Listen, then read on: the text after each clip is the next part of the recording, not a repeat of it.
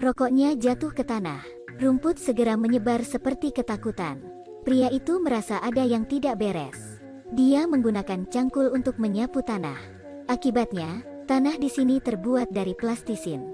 Melihat ke atas lagi, aturan awan itu ajaib. Matahari tidak begitu alami. Pria itu mengambil tangga. Bersiaplah untuk mendaki. Saat dia merangkak ke atas rumah, kemudian dia dikejutkan oleh pemandangan di depan matanya. Hanya melihat rumah, ini semua seperti pemulihan, tersusun rapi. Adegan aneh ini sulit dibayangkan. Tiba-tiba membuat pria itu merasa tidak nyaman. Dia tidak bisa tinggal di sini lagi. Tarik pacarmu pergi. Keduanya masuk ke dalam mobil dan bersiap untuk pergi. Tapi gadis itu berkeliling beberapa kali. Tidak peduli bagaimana Anda mengemudi, Anda tidak bisa keluar. Pria itu mengira dia tersesat. Jadi dia menyetir sendiri untuk menemukan jalan keluarnya. Mobil melaju di sekitar kota. Dari pagi hingga sore, akhirnya mobil kehabisan bensin. Keduanya masih belum bisa keluar. Keduanya lelah dan lapar pada saat bersamaan. Dan di kota kecil yang gelap itu ada sebuah apartemen dengan lampu yang masih menyala. Keduanya turun dari mobil dan masuk ke dalam untuk mencari sesuatu untuk dimakan. Ternyata ini adalah mansion nomor 9 yang mereka masuki. Meski sedikit takut, namun keduanya tetap memutuskan untuk tinggal di sini selama 1 malam. Pria itu membuka kulkas. Di dalamnya ada sepiring stroberi dan sebotol anggur. Pria itu mengambil stroberi dan memasukkannya ke dalam mulutnya. Tapi stroberi tidak memiliki rasa. Pacar juga mencoba sepotong. Rasanya seperti makan kertas toilet. Setelah makan, keduanya bersiap untuk tidur. Keheningan mati semacam ini membuat dua orang tidak bisa tidur selamanya. Keesokan harinya, ketika matahari terbit, mereka berdua bangun. Pria itu memikirkan solusi. Keduanya berjalan ke arah yang sama. Begitu seterusnya hingga menemui jalan buntu. Keduanya tidak tahu berapa banyak rumah besar yang telah mereka lewati. Sampai hari mulai gelap, pria itu tidak bisa lagi berjalan. Pada saat ini, pacarnya memperhatikan bahwa ada cahaya terang di depan. Pria itu bangkit dan naik ke atas. Tetapi ketika mereka masuk, mereka berdua tercengang. Bukankah ini tempat mereka kemarin? Keduanya pergi ke pintu depan untuk menentukan nomor rumah. Gadis itu menemukan bahwa ada sebuah kotak di depan pintu. Di dalamnya ada makanan dan peralatan sehari-hari.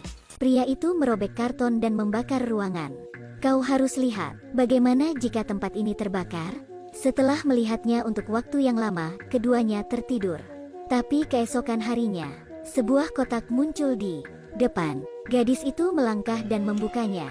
Di dalamnya ada bayi. Di kotak itu tertulis, selama mereka membesarkan anak besar, kemudian Anda bisa keluar dari sini. Gadis itu perlahan mengangkat anak itu. Adalah bayi laki-laki yang cantik. Sekarang pria itu memperhatikan rumah besar itu. Mereka baru melihatnya terbakar kemarin. Dan sekarang seperti tidak terjadi apa-apa. Sekarang kalian berdua tidak punya cara untuk keluar. Hanya bisa menuruti dan mengasuh anak. Dan anak ini sama anehnya dengan tempat ini. Hanya 5 hari, baru saja tumbuh menjadi anak-anak. Anak yang lapar tidak akan berhenti berteriak.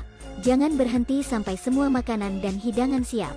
Ketika tidak ada pekerjaan, anak itu akan mensimulasikan percakapan 2 orang.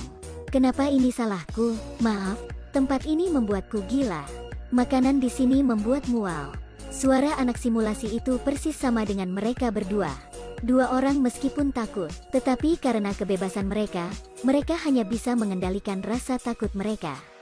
Pria itu membuang rokoknya ke tanah.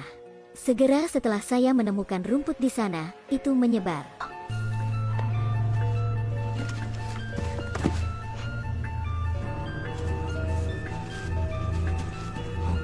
Manusia menggunakan cangkul. Tanahnya terlihat seperti terbuat dari plastisin. Penemuan baru ini membuat manusia memiliki cara baru. Dia mengeluarkan alat peraga dari mobil. Keduanya mulai menggali. Anak itu melihat semuanya. Tapi itu tidak mencegah atau membantu mereka. Kemudian pria itu bangun setiap hari dan mulai menggali. Menggali sampai malam untuk pergi tidur. Waktu secara bertahap berlalu. Gua itu digali lebih dalam dan lebih dalam. Setelah itu, pria itu tidak kembali ke kamar tidur. Mengantuk akan berbaring di gua untuk sementara waktu. Bangun dan menggali lagi. Gadis itu merawat anak mengerikan itu setiap hari. Hari ini dia dan anak itu bermain game. Dia tiba-tiba punya pikiran aneh. Biarkan bayi meniru seseorang yang belum pernah mereka temui.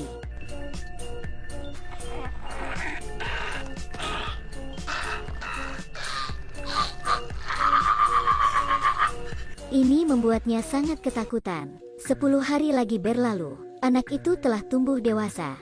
Penampilannya, itu semua sama dengan pembeli seks yang membawa mereka ke sini. Gadis itu mulai panik, dan pria itu masih menggali siang dan malam.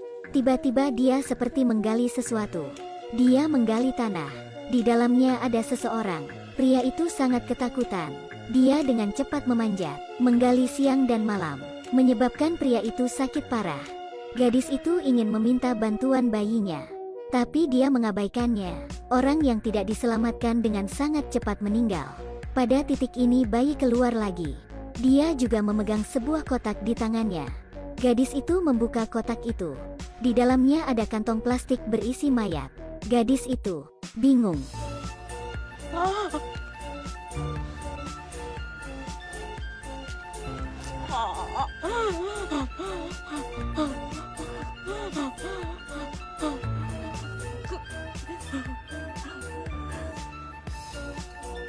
Melihat anak itu meninggalkan pria itu di dalam, lalu lempar orang itu ke dalam lubang yang dia gali sendiri. Tanpa kekasih, gadis itu tidak ingin hidup. Dia bersembunyi di dalam mobil. Tunggu sampai anak itu keluar. Dia diam-diam membuatnya pingsan. Anak laki-laki itu tersungkur ke tanah. Gadis itu mengambil palu lagi untuk membunuhnya. Kali ini dia melarikan diri.